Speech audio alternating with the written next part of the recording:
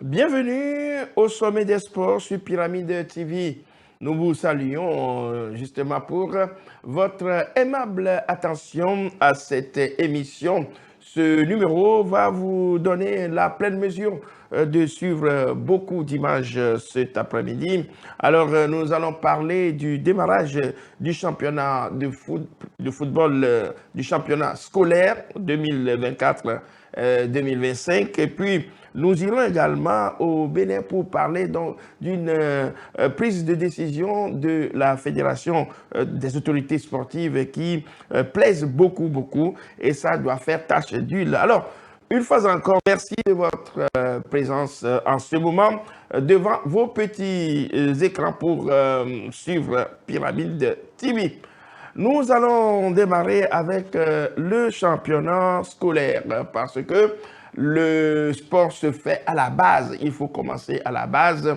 Ce qui a pris la conscience vraiment des autorités togolaises, en l'occurrence le ministère des Sports qui a valorisé, revalorisé, donné encore un peu plus d'éclat au championnat scolaire depuis quelques temps déjà. Et le championnat 2024-2025 annoncé le mois de novembre dernier a pris corps. C'était le vendredi dernier, tout a été ouvert. C'est le football qui donne le ton. On était bien sûr que cela en valait la peine. Alors, le récit du démarrage du championnat scolaire 2024-2025.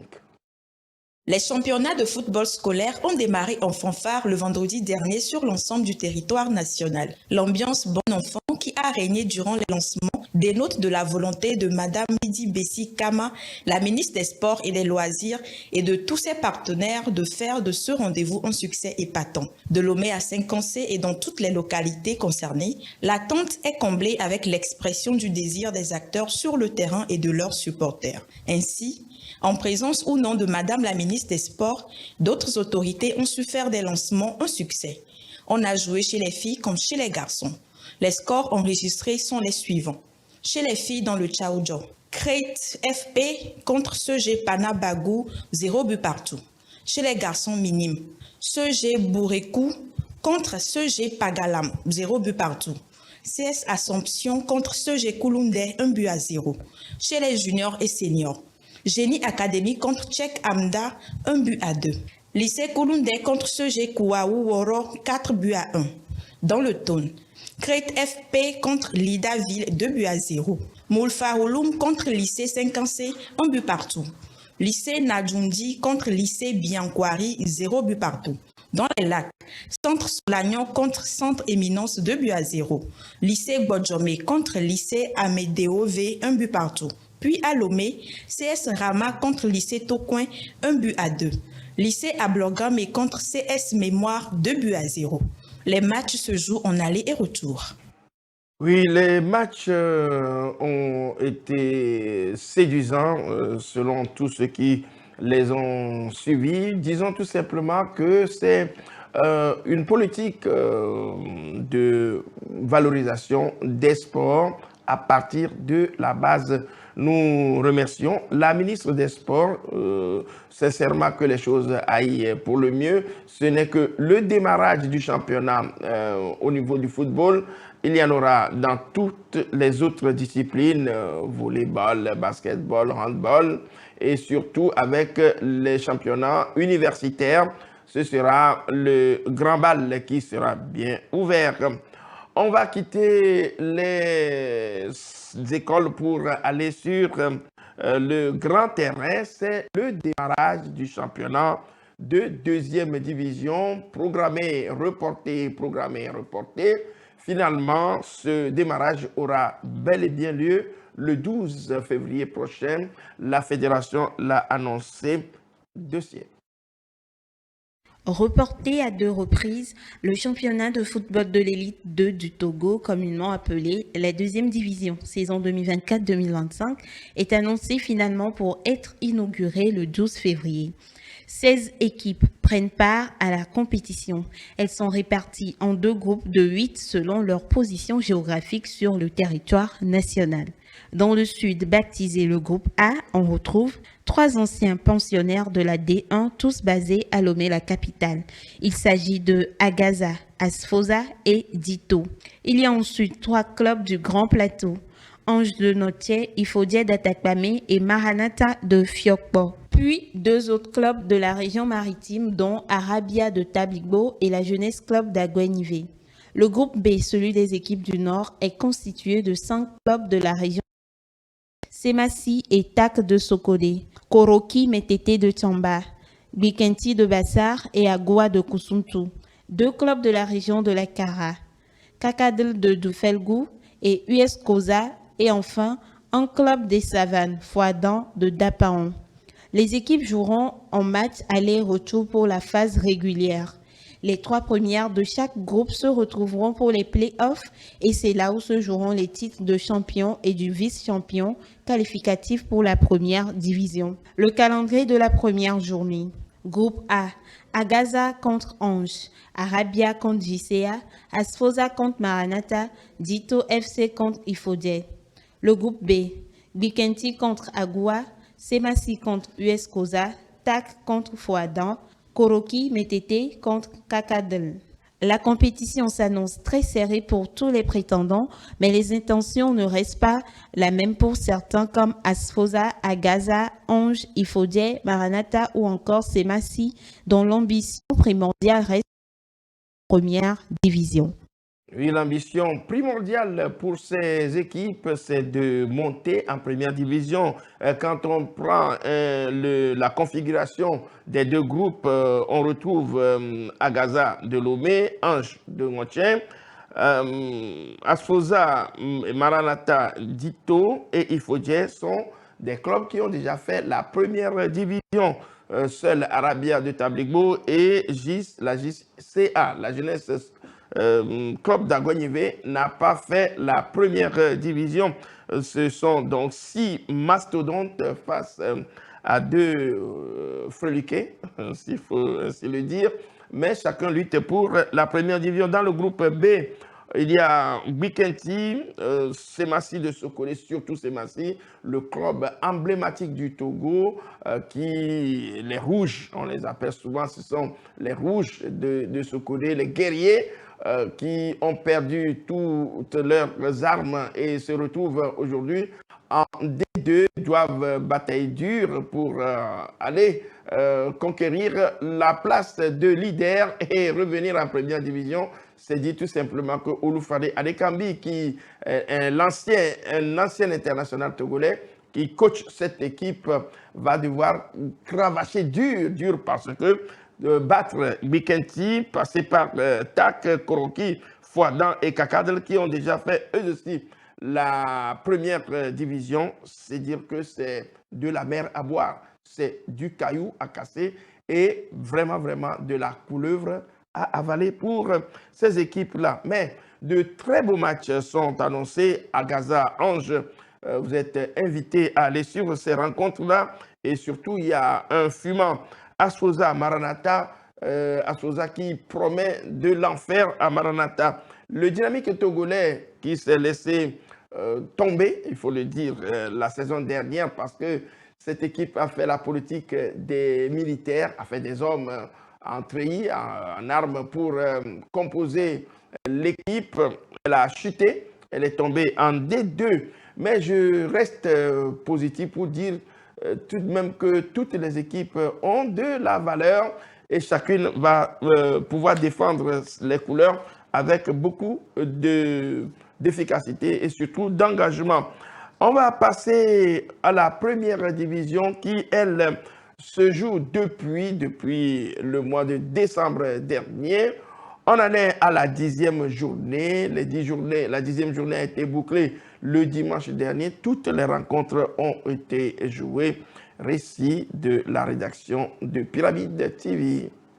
Le championnat de football de l'élite du Togo, positionné ce week-end à la faveur du 10e acte, a livré son verdict en fin d'après-midi du dimanche. La grande surprise de cette randonnée sportive vient de Kara où le CDF Akno, alors l'antenne rouge, a fait tomber le champion à titre ASCO, tout comme son alter ego de la zone rouge AC Barracuda, vainqueur quant à lui de Djoumbé FC 3-0. Comme quoi, c'est la révolte des mal classés. À Anéhor, entre Bourlesou et Entente 2, puis à Kbalimé dans le match Gomito et Espoir, tout comme à Kara pour le match AS Bina et AS Tambo, il n'y a pas eu de but. Les protagonistes se sont regardés en chien et faïence. Les défenses ont eu raison des attaques. À Lomé, les Bleus de la capitale ont courbé les chines à la lumière de l'efficacité des Autérois, vainqueurs à l'arraché 2-1, comme quoi les réalités d'un match ne sont pas celles d'un autre. Les étoilistes l'ont appris à leurs dépens. Unisport, l'équipe au rouleau compresseur indéniable en ce début de championnat, a été défait par les conducteurs en quête de victoire après le carambolage psychologique connu lors de la précédente journée devant l'étoile filante. L'échec des académiciens de Colombie redonne le pouvoir à l'entente 2. Les Jaunets Bleus de la capitale sont de nouveau leaders grâce aux petits points radieux gagnés dans les lacs, puis l'échec de Unisport. La 10e journée a connu 3 matchs nuls et vierges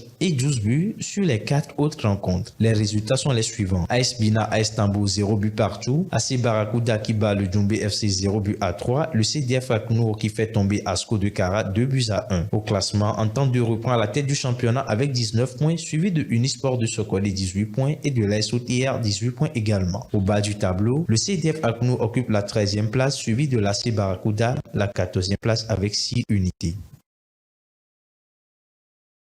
Oui, le championnat a repris avec la 10e journée,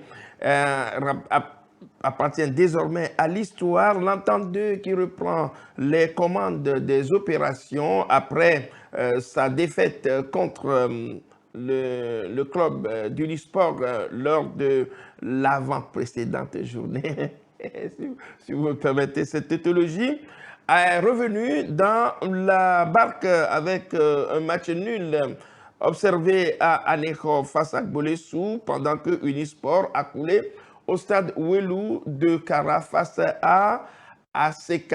Coulé, c'est un peu excessif, elle a été battue 2-1. Elle n'a pas coulé, ceci fait que l'équipe de l'Entente de les jaunes et bleus de Côte d'Ivoire ont repris de la couleur. Le flambeau, ils sont remontés sur le fauteuil. Ils ont repris la touche du roi pour l'instant. Alors que l'équipe de AC Barracuda qui croyait quitter la zone rouge en battant son homologue de Djoumbé 3-0, c'est la première, c'est sa toute première victoire de la saison, a tout simplement, je dirais, rêvé pour quelque temps, puisque le tonitruant, je dirais, le revers de cette 10e journée reste la défaite de Asco de Kara qui, on ne l'attendait pas à ce niveau, a perdu contre le CDF Akno qui, ces derniers temps, n'a jamais connu de gloire, toujours depuis, je crois, la 4e journée, défaite sur défaite, et on s'attendait à ce que Asco puisse la pulvériser. Malheureusement, j'ai l'impression que les Condona ont lutté avant même la lutte, ce qui a fait qu'ils ont perdu 2-1. Plutôt 2-1 à domicile, bien sûr. C'est vrai que CDF Akno joue à Kara sur le terrain de Asco de Kara. Alors, au classement, on a tout simplement les deux qui restent lanterne rouge, le CDF Akno avec 8 points. 6 points pour AC Barracuda qui semble peut-être se relever de, je dirais, de son engourdissement depuis le début de la saison. Alors, sous peu, la 11e journée va s'annoncer. C'est une autre paire de manches sur lesquelles on reviendra. Alors, je le disais tout à l'heure, il faut, pour atteindre le haut niveau, partir de la base, la formation à la base. Et pour qu'il y ait une bonne formation à la base, il faut des structures organisées qui puissent mettre en valeur des talents, créer des viviers. Et ces viviers, pour les créer, il faut avoir des moyens. Ce qui veut dire tout simplement qu'il y a des structures sur la place qui font ce boulot. le cas de Swallows que nos caméras ont, je dirais, surpris, en train donc de former des jeunes. On y était, c'était le samedi dernier, reportage. Le sport de haut niveau a des exigences. Elle nécessite une formation à la base. La création à ce niveau des académies et des centres de formation sportive est une bouffée d'oxygène pour cette promotion à l'échelle mondiale. Au Togo, l'une des entités florissantes dans le domaine est l'Académie Swallows. Elle forme des spécimens pour le haut niveau. L'Académie Swallows est un centre sport et éducation à impact social qui vise l'épanouissement des jeunes à travers le sport, la culture et l'éducation. L'Académie Swallows se veut être un outil de promotion de la jeunesse et aussi de développement des leviers déjà économiques et social, parce que nous voulons jouer un rôle prépondérant dans la société, dans notre commune, dans notre pays, mais en même temps, nous voulons aider les jeunes à ce qu'ils puissent non seulement s'épanouir, mais réussir, comme on le dit, dans la vie, en ayant 3 compétences principalement. Une compétence sportive, puisque nous sommes un centre sport et éducation, une compétence sociale, qu'ils soient bien éduqués, et une compétence scolaire, qu'ils aient des diplômes à l'école ou bien une formation professionnelle. Déjà au basketball, rien que l'année passée, nous avons envoyé 4 jeunes dans les universités américaines. Et si vous connaissez le système américain, c'est le système qui est pourvoyeur donc, de talent pour le haut niveau, donc la NBA notamment. Et il y a le prochain jeune qui puisse avoir la chance de signer le premier Togolais à NBA, il est formé à Swallows. Aujourd'hui, le meilleur prospect en Europe des jeunes basketteurs de toute l'Europe, il est formé à Swallows. Aujourd'hui, il évolue à Barcelone, au centre de formation de Barcelone, de basketball, je veux dire. Maintenant, au niveau du football, nous sommes sur le chemin. Vous savez bien ce que c'est que le football togolais. Ce n'est pas très reluisant en ce moment. On n'a pas le vent en poupe, comme on le dit. On n'a pas la côte, comme on le dit. Mais n'empêche, nous savons qu'il y a des talents ici. Et ces talents-là évoluent. Et chaque année, nous aussi, nous apprenons au fur et à mesure pour créer le réseau nécessaire. Parce qu'au football, le réseau est important aussi.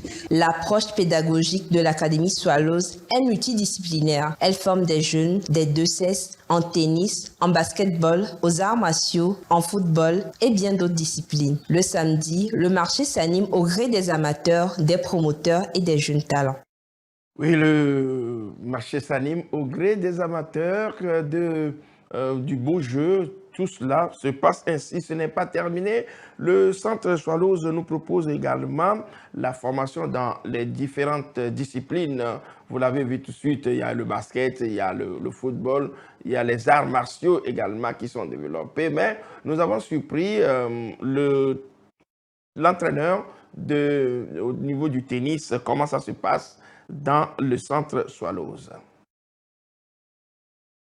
La formation à la base pour atteindre le haut niveau passe par plusieurs étapes. Et cela n'a pas de limite, peu importe la discipline choisie. La pratique du tennis comporte elle aussi des étapes pour lesquelles il faut préparer l'athlète bien avant. Pour les petits de 4 ans, 5 ans jusqu'à 8 ans, on leur fait faire un programme de jeux ludiques. On les intéresse au tennis, à aimer la chose et à revenir. Pour la catégorie des élites, c'est des gens qu'on forme justement pour les compétitions au niveau national et international. Nous avons dans la catégorie des 14 ans et moins un de nos joueurs, la personne de Gabriel Agbetonyaou, qui s'est qualifié récemment aux qualifications de l'Afrique de l'Ouest et du Centre. Donc, si tout va bien, dans les prochains jours, il va représenter le Togo au niveau du championnat d'Afrique des catégories des 14 ans et moins. À l'Académie Swallows, le terrain de tennis offre l'opportunité aux athlètes de toutes les catégories le plaisir de s'exercer à la discipline. Ainsi, le maniement de la raquette et les techniques afférentes à la maîtrise de la discipline sont enseignées avec dextérité et professionnalisme. Chaque samedi, c'est l'enthousiasme qui stigmatise les désirs d'apprendre chez tout le monde. Petits et grands se côtoient pour un objectif commun, pratiquer de manière efficiente le tennis. Pratiquer de manière efficiente le tennis, nous quittons le terrain de l'entraînement pour aller dans les compétitions. Justement, le Togo était dans la pratique. C'est la Coupe Davis 2025. L'équipe du Togo a fait les tennismen togolais qui devraient affronter, se qualifier pour le tour final du tennis, du tournoi de tennis, était en Coupe Davis, c'était en Inde.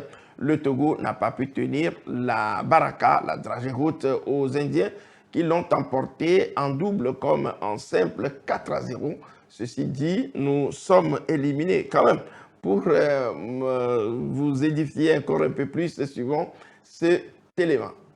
Le Togo s'incline face à l'Inde en barrage du groupe 1 de la Coupe Davis 2025. L'équipe nationale de tennis du Togo a été éliminée des barrages du groupe 1 après s'être battue par l'Inde au Delta Complex de New Delhi 4-0. Lors de la première journée, l'Inde avait pris une avancée confortable de 0 grâce au succès de Mukund Sasikumar et de Ramkumar Ramanathan en simple. En ce stade de la compétition, le Togo avait l'obligation de remporter tous ses matchs restants du dimanche pour espérer renverser la situation. Le duo indien composé de Sriram Baladi et de Ritvik Bolipali n'a laissé aucune chance au tandem togolais Mlapa Tingu Akomlo et Oda Balo Isaac Padio. Les Indiens ont disposé des Togolais en 2-7 secs 6-2, 6-1, scellant ainsi la qualification de l'Inde pour le groupe 1 de la Coupe Davis 2025. Le dernier match disputé a vu la victoire de Karam Singh face à Oda Balo Isaac Padio 6-2, 6-3. En remportant d'entrée le premier set, l'Indien creusa l'écart en menant 4-0 dans la seconde manche avant de concéder un jeu sur son service. Il a conclu la rencontre à un peu plus d'une heure. La cinquième et dernière rencontre de la confrontation n'a pas eu lieu à cause de la large victoire de l'équipe indienne. Cette défaite signifie que le Togo devra désormais se battre pour rester dans le groupe 2 de la Coupe Davis. L'Inde, quant à elle, disputera la phase principale du groupe 1 en septembre prochain avec l'objectif de se qualifier pour les barrages du groupe mondial. Le tennis togolais a ainsi beaucoup de marge de progression. Oui, ceci dit, nous avons reçu le dimanche dernier dans l'émission Tribune sportive, c'était avec M. Lambonnier Albert.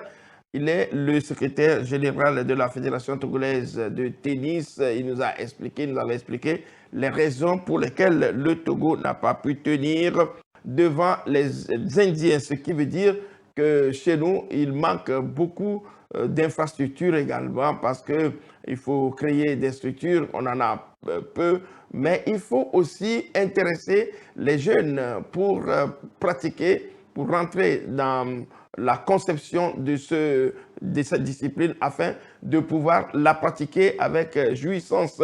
C'est ce qui veut dire tout simplement qu'on ne peut pas rester à la maison et réussir. Il faut motiver, continuer par motiver les jeunes pour réussir cette entrée fracassante dans le groupe 1 de la Coupe Davis, enfin du tennis, ce qui veut dire que beaucoup de travail reste à faire encore au niveau de nos autorités. Nous profitons de l'occasion pour exhorter les autorités sportives à pouvoir donner les moyens à les faire construire des centres de formation, amener les uns et les autres à comprendre que le sport est un vecteur de développement.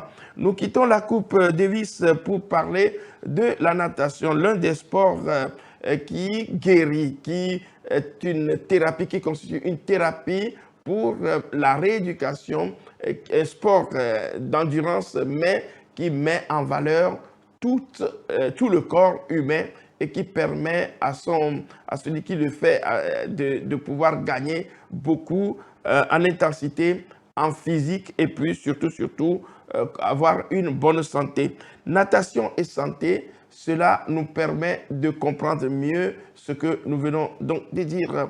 On repart vers la régie. La natation est bien plus qu'un simple sport. Elle joue un rôle essentiel dans la rééducation après une maladie ou un accident en raison de ses nombreux bienfaits pour le corps. La natation, c'est un sport complet pour plusieurs raisons. D'abord, c'est un sport qui permet de développer tous les groupes musculaires au niveau des jambes, au niveau des bras, au niveau du dos, de l'abdomen.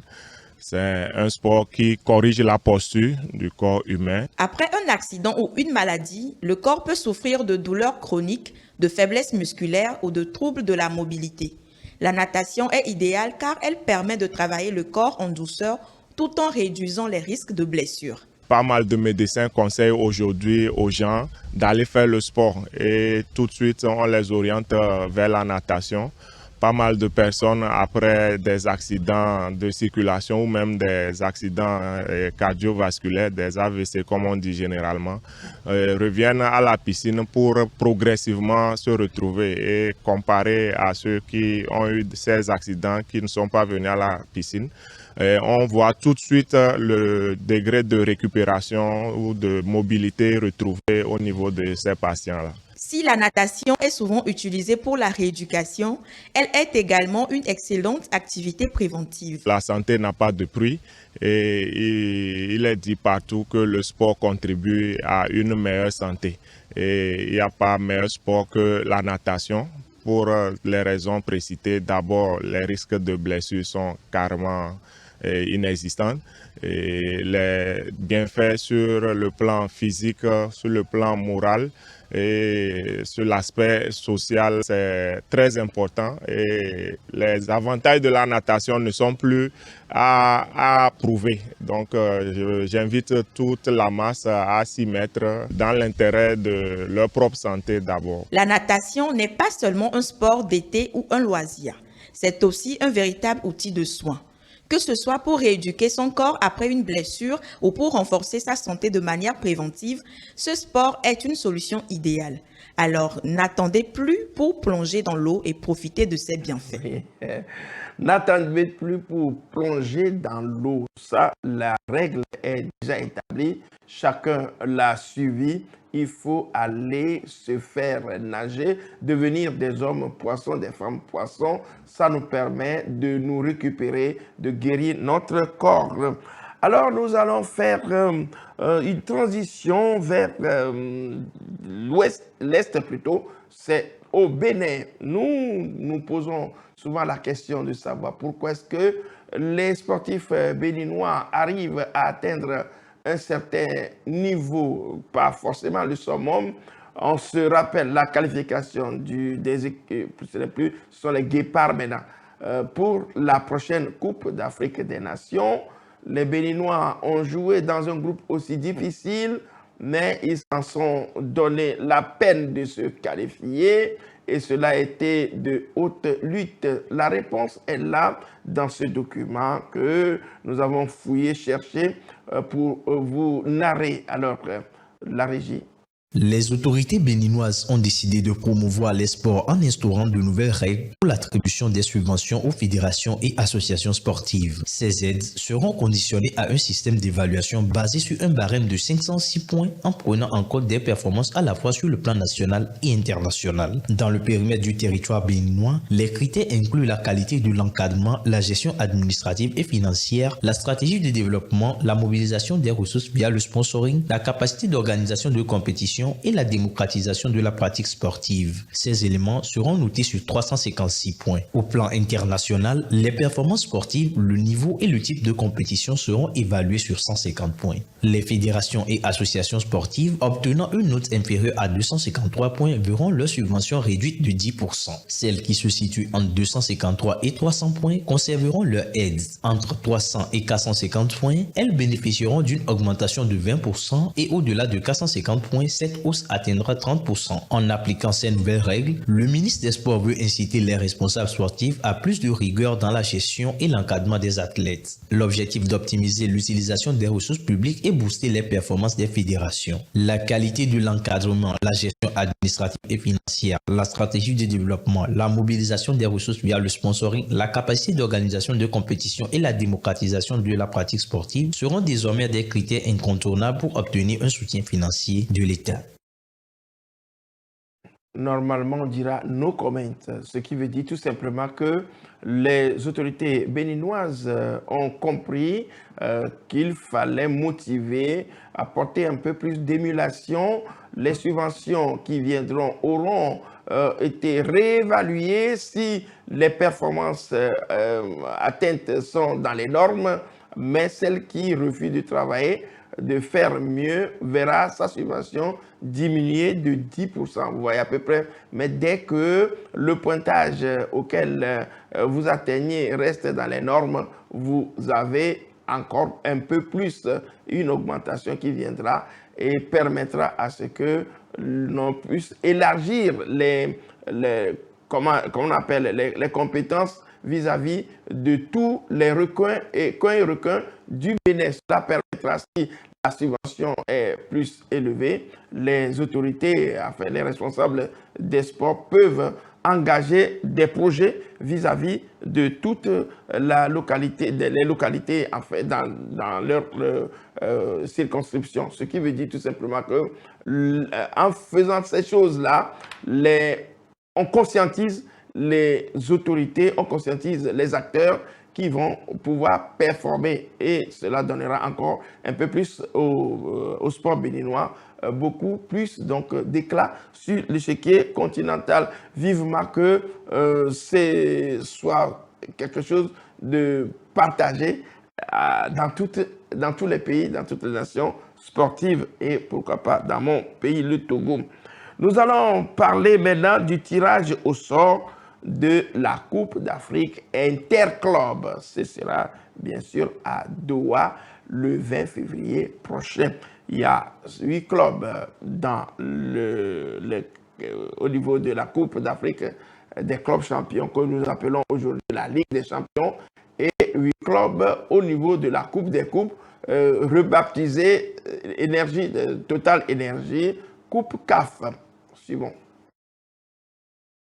Les yeux des clubs en course pour les derniers passes des joutes footballistiques africaines sont rivés sur Doha au Qatar pour les quarts de finale de la Ligue africaine des champions et de la Coupe CAF. L'événement se tiendra le 20 février 2025 à partir de 14 h en temps universel. Il y a encore 2 semaines pour que les équipes qualifiées pour les quarts de finale des 2 compétitions de la CAF connaissent leurs adversaires. Dans l'ordre, la CAF va procéder par le tirage au sort de la Ligue africaine des champions puis par celui de la Coupe CAF. Les équipes en course sont en Champions League, le Al Ahly SC d'Égypte, Al-Hilal du Soudan, AS FAR du Maroc, Espérance de Tunis de Tunisie, Mamelodi Sundowns d'Afrique du Sud, Orlando Pirates d'Afrique du Sud, Pyramide FC d'Égypte et MC Alger d'Algérie. En Coupe CAF, nous avons le Zamalek SC d'Égypte, la SEC Mimosa de la Côte d'Ivoire, Al-Masri d'Égypte, le CS Constantine d'Algérie, le RS Berkane du Maroc, Simba SC de la Tanzanie, Stellenbosch d'Afrique du Sud et USM Alger d'Algérie. Les quarts de finale des 2 compétitions sont prévus en match aller et retour dans la période du 1er au 9 avril 2025.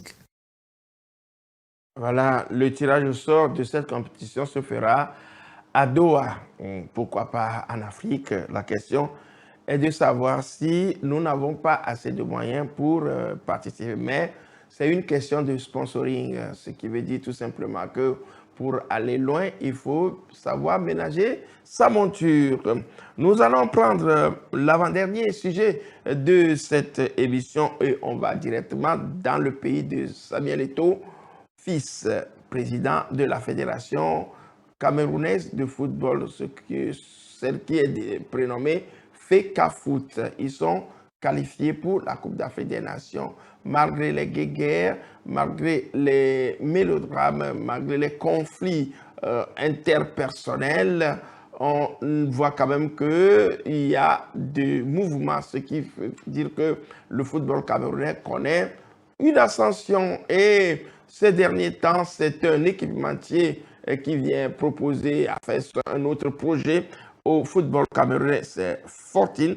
C'est un équipementier suisse qui va habiller les équipes nationales du Cameroun les prochains mois à venir pour les compétitions, le CHAN, la Coupe d'Afrique des Nations, et chez les jeunes et chez les dames.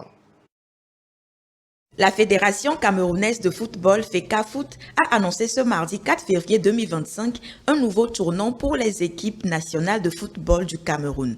La marque sportive suisse Fortin a été sélectionnée comme nouvel équipementier, succédant ainsi à d'autres marques ayant habillé par le passé les Lions indomptables à l'instar de Puma. Ce changement d'équipementier marque le début d'une nouvelle ère pour le football camerounais, promettant d'allier performance technique et fierté nationale dans les futures compétitions internationales.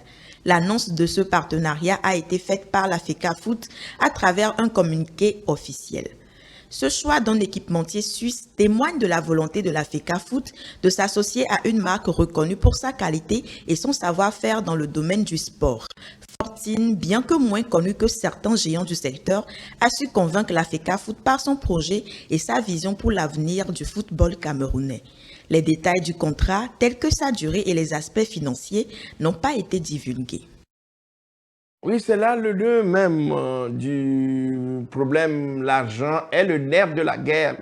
Combien Fortine va payer? Quelles sont les clauses du contrat? Tout ceci reste un peu dans l'anonymat. Vous savez, souvent, on ne tue pas la chèvre en public. On veut la tuer un peu cachée pour que les gens ne mesurent pas suffisamment peut-être la grosseur ou bien l'embonpoint de l'animal. Ce qui veut dire tout simplement que c'est dans le secret des dieux. Alors si les Camerounais peuvent décrocher de temps en temps des équipementiers, c'est que ce sont des projets qui viennent augmenter un tout petit peu leur influence, surtout économique, parce que ces équipementiers, quand ils viennent, c'est pour payer, ils donnent de l'argent. Ils ont fait la publicité sur leur marque, mais eux, ils donnent de l'argent. Alors, pourquoi, surtout en Afrique, on se remet toujours de l'autre côté pour choisir les équipementiers? Est-ce qu'on n'en a pas en Afrique? On se réjouit toujours d'aller gagner des marchés là-bas. À quoi cela est dû? Alors que quand vous allez au Mali, par exemple, Ernest, c'est un équipementier national qui habille les aigles du Mali. Il faut que le Togo, tous les pays africains arrivent à se conformer à cette mise-là. Si nous quittons la FECAFOOT, nous allons à la FECOFOOT. C'est une information qui est tombée au cours de la semaine dernière. La sanction infligée à cette fédération, à tout le football congolais, c'est le FECOFOOT maintenant, la Fédération congolaise de football, a été lourdement sanctionnée par la FIFA parce qu'il y a eu ingérence des politiques dans les affaires du football. Ça, la FIFA n'aime pas. Et ceci dit, toutes les équipes qualifiées, au moins pour le CHAN, ils y sont, ils ne peuvent pas le jouer plutôt, à moins que, entre-temps, un règlement puisse être fait pour que l'entente revienne entre le football congolais, la FECOFOOT, et la FIFA, puisque la CAF aussi s'aligne sur les décisions de la FIFA. Ce qui veut dire simplement que ce sont des footballeurs, de jeunes footballeurs qui cherchent encore à se faire connaître à faire connaître leur talent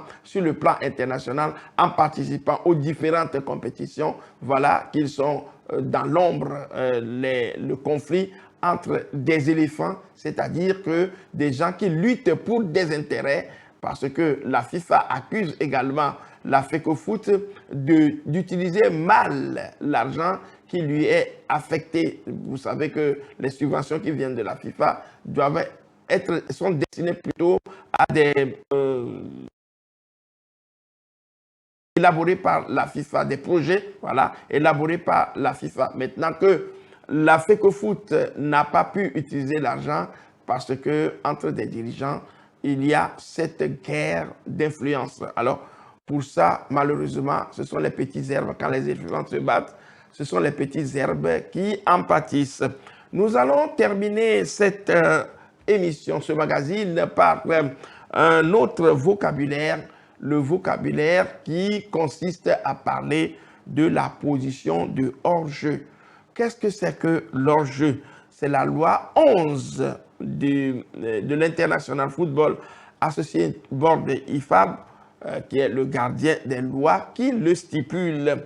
Que se passe-t-il? C'est le hors-jeu est une règle plutôt, excusez-moi, de football qui intervient lorsqu'un joueur se trouve en position de recevoir le ballon alors qu'il y a moins de 2 adversaires, incluant le gardien, entre lui et la ligne de but adverse au moment où le ballon est joué vers lui par un coéquipier. Alors, cette loi a été, comme vous pouvez le stigmatiser aujourd'hui, il y a même la VAR qui le montre avec ce trait qui montre, vous voyez, le joueur en bleu et devance un tout petit peu le défenseur qui est là. Alors, si son partenaire qui conduit le ballon, qui est en train de contrôler le ballon, lui envoie la balle, il est en position d'hors-jeu. Il peut marquer, mais l'arbitre va refuser le but. Alors, il ne faut pas être devant le dernier défenseur. Vous voyez, le joueur qui est en rouge, ne peut pas recevoir le ballon dans cette position parce que son pied, même voire son bras, est un peu plus en avance sur celui du défenseur. Il ne peut pas recevoir. S'il reçoit et il marque, on va refuser, on ira vers la VAR. Check-in. On va check-in comme on le fait ces derniers temps. Alors, cette règle a été introduite en 1883 lorsque la Fédération anglaise de football a pour la première fois officialisé les règles du jeu. Elle est créée pour dissuader les attaquants de vouloir s'approcher toujours du but adverse pour récupérer le ballon. Ceci dit, quand vous recevez le ballon dans cette position, vous êtes en position de hors-jeu. Et ça, vous voyez la ligne qui le dit, le joueur argentin qui va faire.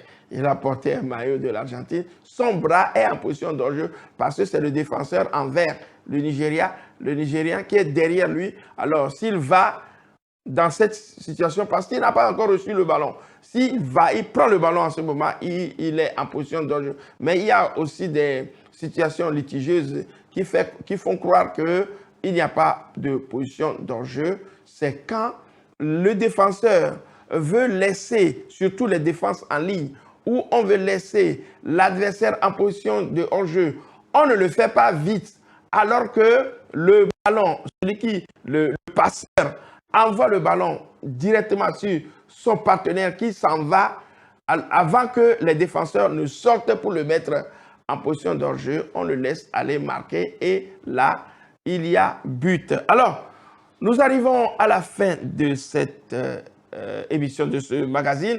C'est moi qui vous remercie de votre aimable attention. Je remercie le chef de la régie ainsi que tous ceux qui m'ont aidé à mettre en œuvre cette page du magazine sur la télévision Pyramide TV. Merci de votre aimable attention. On se retrouve mardi prochain.